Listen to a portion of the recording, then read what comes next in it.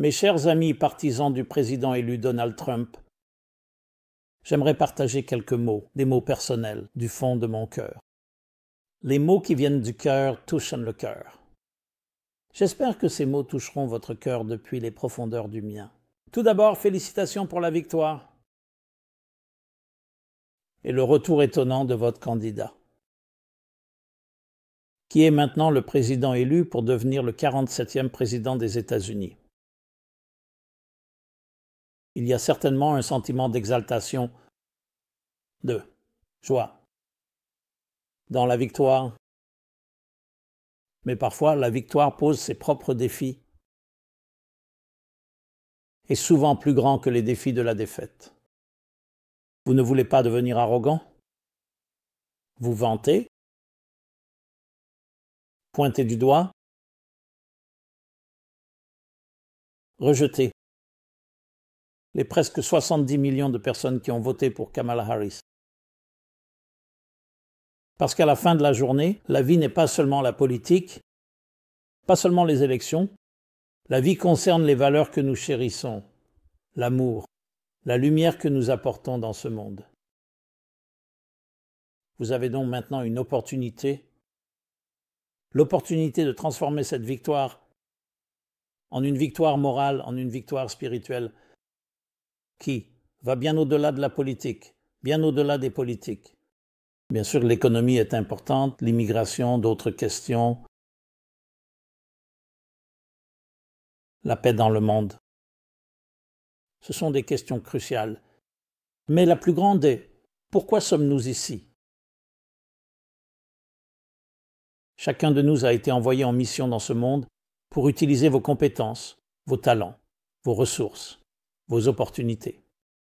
Tout ce que vous avez à votre disposition pour rendre votre coin du monde un peu plus lumineux, un peu plus raffiné, pour en faire une demeure divine, un jardin. Ainsi, dans la victoire, nous devons être humbles. Comme Jacob le dit dans la Bible, il dit à Dieu, j'ai été humble par la bonté que tu m'as accordée. C'est ainsi que les grandes personnes réagissent à la victoire, au succès. Les rend plus sensibles. Et de comprendre que le président de ce pays est le président de tout le pays, de tout le peuple, même ceux qui ne sont pas d'accord avec lui, même ceux qui n'ont pas voté pour lui. C'est donc un moment pour devenir plus grand. Assez, assez. Assez, c'est assez avec la polarisation qui a affligé ce pays. C'est un moment pour nous de nous élever à la hauteur de la situation. Oui, nous vivons dans un monde de médias et de technologies, occupés par leurs agendas. Mais vous n'avez pas besoin d'être défini par ce que les autres vous disent. Il est temps de vous définir par vous-même. Nous ne sommes pas définis par les candidats pour lesquels nous votons. Nous sommes définis par notre vocation et notre mission.